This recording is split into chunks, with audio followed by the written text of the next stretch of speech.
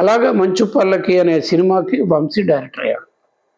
ఆ మంచు పల్లకి అనే పేరు పెట్టడానికి కూడా కారణం అతను ఆల్రెడీ మంచు పల్లకి అనే ఒక నవల రాశాడు. అది ఆ పేరే దీనికి వచ్చింది. అది సితార సినిమా. దీనికి వెనకాలకి వెళ్తే నేను ఎస్ గోపాల్ రెడ్డి గారు స్వామి గారి దగ్గర నుంచి బయటకు వచ్చి ఎస్ గోపాల్ రెడ్డి గారు ఆపరేటర్ కెమెరాగా ఉన్నప్పుడు జేగంటలు అనే సినిమాకి వర్క్ చేస్తున్నాం. ఈ సంగీత శ్రీనివాసరావు గారు దాని డైరెక్టర్. శ్రీనివాసరావు గారు దాని డైరెక్టర్. వంశీ డైరెక్షన్ డిపార్ట్మెంట్లో ఉన్నాడు. మేమందరం రాజమండ్రి వెస్ట్ సైడు, గోదావరి గట్ సైడు గోటాల్ అని ఒకటి ఉంది ఊరు. ఆ గోటాల్లో షూటింగ్ మేమంతా స్టే అయ్యాం. అక్కడ వంశీ షూటింగ్ లేనప్పుడు కూడా ఉన్నా కూడా డే నైట్ కూర్చొని ఒక పుస్తకం రాశాడు. ఆ నవల రాశాడు. ఆ నవల పేరు మహల్లో కోకిల. అదే సితార సినిమా అయింది. ఏడిది నాగేశ్వరరావు గారు ఆ సబ్జెక్టే నువ్వు సినిమా చేయమని అతనికి ఎంకరేజ్ చేశారు. దానికి ఎప్పుడైతే నేను మంచు పల్లకి నేను కెమెరా కాదు హరియాణమోలు చేశాడు. రఘు కొంచెం డిసప్పాయింటెడ్ వంశీకి తెలిసి. బట్ ఆ సినిమాలో నేను చాలా పార్ట్ చేశా. మేఘమే మేఘమే అనే సాంగ్ ఒకటి ఉంది. చిరంజీవి సుహాసిని జస్ట్ టెంపుల్ చుట్టూ తిరుగుతుంటారు, గాడి చుట్టూరా. ఒక ముందు రోజున వంశీ నేను ఒక వెహికల్ తీసుకెళ్ళి లొకేషన్స్ అన్ని అనేసుకొని ప్లాన్ చేసుకుని వచ్చేసి మార్నింగ్ ఒక 7:30కి స్టార్ట్ చేసి ఈవినింగ్ 5:30కి ఆ సాంగ్ ఫినిష్ అయిపోయింది.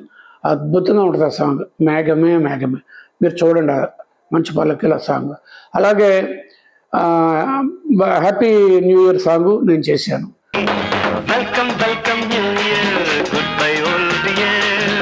తర్వాత క్లైమాక్స్ కొంత ఈ డెత్ సీక్వెన్స్లన్నీ నేను చేశాను.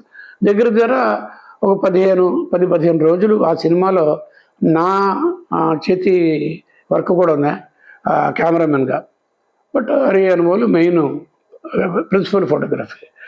తర్వాత ఎప్పుడైతే ఏడిది నాగేశ్వరరావు గారు నువ్వు రాసిన నవల్నే నువ్వు సినిమా తీవయ్యా అని పూర్ణోదయ క్రియేషన్స్లో ఆఫర్ ఇచ్చారు. అయితే పూర్ణోదయలో వంశీ ఆల్రెడీ కొన్ని సినిమాలు చేశాడు. తాయారమ్మ బంగారయ్య అని శేషగిరిరావు గారు అనే డైరెక్టర్ దగ్గర చేశాడు. తర్వాత భారతీరాజే దగ్గర సీతాకోక చిలుక చేశాడు. ఇలాగ ఆ సంస్థలో బాగా అటాచ్మెంట్ ఉంది. అందులో వాళ్ళు అందరూ కూడా ఈస్ట్ గోదావరి వాళ్ళే. ఏడిది నాగేశ్వరరావు గారు వాళ్ళ ఫ్యామిలీస్ గారు వాళ్ళందరూ కూడా. అలాగా ఆ సినిమా చేయడం జరిగింది సితార. ఆ సినిమాకి వెనకాల అతని ఇన్స్పిరేషన్ తర్వాత చెప్పాడు. అతను విలియం వైలర్ తీసిన హాలీవుడ్ సినిమా ఒకటి ఉందని, రోమన్ హాలిడే అని ఒకటి, ఇంకోటి. ఈ రెండు కలుపుకొని బ్రీఫ్ ఎన్కౌంటర్. ఈ రెండు సినిమాలు అతనికి నాకు చాలా ఇష్టమైన సినిమాలు. దాని తాలూకు ఫ్లేవర్స్ సితార సబ్జెక్టులు కూడా ఉంటాయి. ఆ సితార సబ్జెక్టు నాకు చాలా టఫ్గా ఉంది వర్క్. ఎందుకంటే దాంట్లో కొన్ని సీన్లు సగం అని అన్నగానే కొన్ని సీన్లు నైట్లో జరుగుతాయి, ఓపెన్ ప్లేస్లో జరుగుతాయి. అప్పుడు నేను కొంచెం తెగించి ధైర్యం చేసి, నాకు టెక్నికల్గా బాగా నాలెడ్జ్ ఉంది కాబట్టి మా గురువు గారు విఎస్ఆర్ స్వామి గారు భక్త కన్నప్పలో డే ఫర్ నైట్ కొన్ని సీక్వెన్స్లు చేశారు. సాంగ్ ఎన్ని ఇయల్లో చందమామ అలాంటివన్నీ ఉన్నాయి. కొన్ని ఇంగ్లీష్ సినిమాలో నేను చూసిన డే ఫర్ నైట్ ఫోటోగ్రఫీ అని ఒక స్కీము, దాంట్లో నేను ఇష్టపడి ఒప్పుకున్నాను ఇది చేద్దాం. ఎందుకంటే పెద్ద పెద్ద లొకేషన్స్, ఒక గోదావరి నది, పొలాలు, కొండలు, గట్టుల మీద ఇతను ఈ అబ్బాయి ఇద్దరు కలిసి నైట్ టైము ఎస్కేప్ అయిపోతారు. అవి చేయాలంటే డే టైంలో కుదరదు కానీ నైట్ టైంలో కుదరదు. కథ ప్రకారం నైట్ టైంలోనే చెప్పాలి. అప్పుడు నేను డే ఫర్ నైట్ చేస్తాను వంశీ అని చెప్పి దాని మీద ఎన్నో రకాలైన రీసెర్చ్లు ఫిల్టర్ పెట్టుకొని ఏ కలర్ వేయాలి, అమ్మాయి డ్రెస్సు ప్రాపర్టీస్ ఏ కలర్లో ఉండాలి, ఎలాగెలా ఉండాలని రకరకాలు అనుకొని అమ్మాయి కాస్ట్యూమ్స్ కలర్ చెప్పి మేకప్ విషయాలు చెప్పి ఏ టైంలో తీయాలి. ఆ గోదావరి నీళ్ళల్లో సూర్యుడు పైన ఉంటాడు, ఫ్రేమ్లో ఉండడు, ఆ పైన అక్కడే ఉంటాడు. బట్ నీళ్ళల్లో మిలమిలమిల మెరుస్తూ ఉంటాడు. దాన్ని వెన్నెల తాలూకు అన్నట్టుగా చెప్పాలన్నమాట. దానికి చాలా పర్టికులర్ టైం, క్రిటికల్ యాంగిల్ అంటారు అనమాట. రిఫ్రాక్షన్లో క్రిటికల్ యాంగిల్ అంటారు. అది రిఫ్రాక్షన్ రిఫ్లెక్షన్ తెలిసిన వాళ్ళు తెలుస్తుంది. ఆ రిఫ్రాక్షన్లోంచి వచ్చిన పర్టికులర్ క్రిటికల్ యాంగిల్, ఆ సూర్యుడు ఆ మెలమెలమంటుంది మొత్తం షీట్ ఆఫ్ వాటర్ అంతా మొత్తం చిన్న చిన్న చిన్న స్టార్స్గా వస్తాయి. అది బ్యాక్గ్రౌండ్లో పెడితే ఫేస్ మీద బ్రైట్ లైటింగ్ చేసి కంపోజ్ చేస్తే దాన్ని ఎక్స్పోజర్ కంట్రోల్ చేయాలి, మళ్ళీ 2 స్టాప్స్ అండర్ ఎక్స్పోజ్ చేయాలి. కరెక్ట్గా చేసేది సినిమా స్క్రీన్ మీద మాత్రం నైట్ టైం వెన్నెల్లో తీసినట్టుగా చేయాలి. దానికి వేరే టెక్నిక్లు ఉన్నాయి. ఫేస్ మీద గోల్డ్ రిఫ్లెక్టర్ వేసేవాళ్ళం, ఒక ఫుల్గా ఫ్లాట్ కాకుండా సైడ్ నుంచి అండర్ ఎక్స్పోజ్ చేయాలి, ఏదేదో ఉన్నాయి అవన్నీ. అది నేను అద్భుతంగా చేశాను. డే ఫర్ నైట్ సితార్ సినిమాలో చూసి ఆహా ఓహో అన్నారు. నాకు చాలా గుర్తు. ఇంకా వేరే ఎవరో కాదు, అమితాబ్ బచ్చన్ గారు. అమితాబ్ బచ్చన్ గారికి ఆ సినిమా చూపించారు.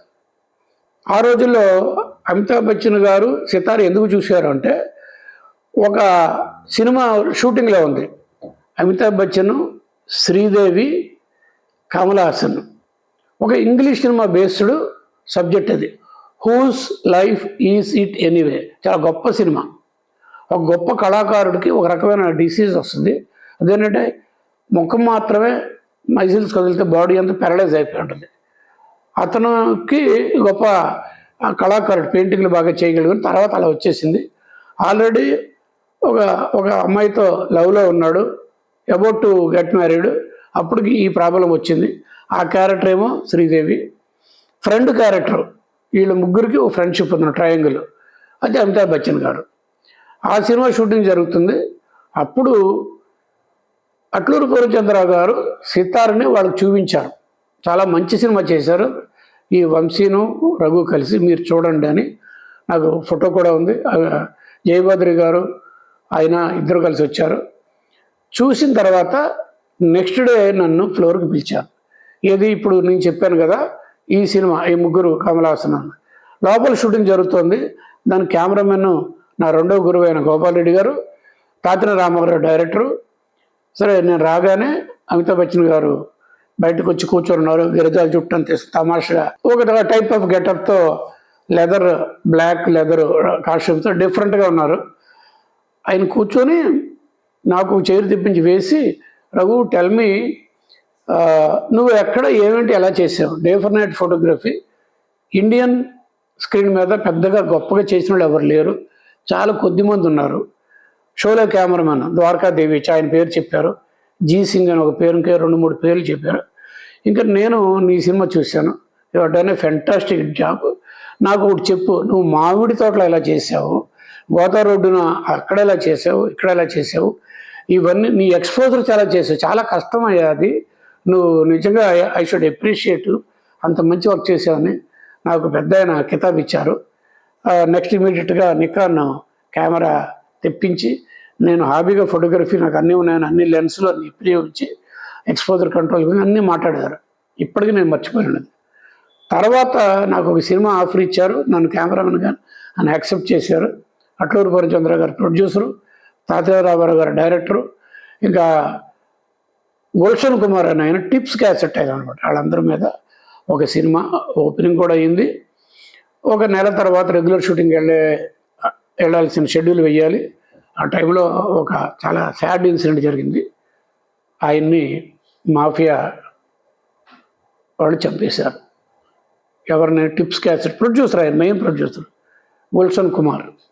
నాకు అమితాబ్ బచ్చన్ గారి సినిమా ఆయన నన్ను పర్మిట్ చేసి రఘుని పెట్టండి అని చెబితే, అలాంటి సినిమా నా దురదృష్టం రాసిపెట్టింది. ఆ సినిమా ఆగిపోయింది. యువతలకు వస్తే ఈ ముగ్గురుతో ఉన్న సినిమా అది పక్కకి వెళ్ళిపోయింది, స్క్రాప్ అయిపోయింది. దాని బదులు ఈ సినిమా ప్లాన్ చేశారు. ఇది ఇలా జరిగింది, అదేమిటో అలా జరిగిపోయింది. అలాగా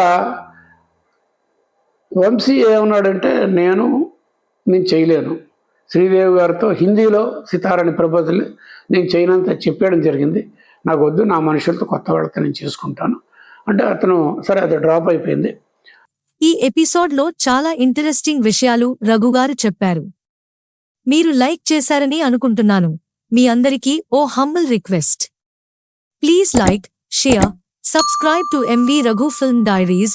అలాగే మీ అమూల్యమైన కామెంట్స్ పెట్టండి, అది మా ఛానల్ అభివృద్ధికి ఎంతో అవసరం. మళ్ళీ వచ్చే వారం మరో కొత్త ఎపిసోడ్లో కలుద్దాం. మీ సితారా. మీకు నచ్చితే మీ ఫ్రెండ్స్కు ఫ్యామిలీ మెంబర్స్కు ఈ ఛానల్కు సబ్స్క్రైబ్ చేయమని రికమెండ్ చేయండి. By by.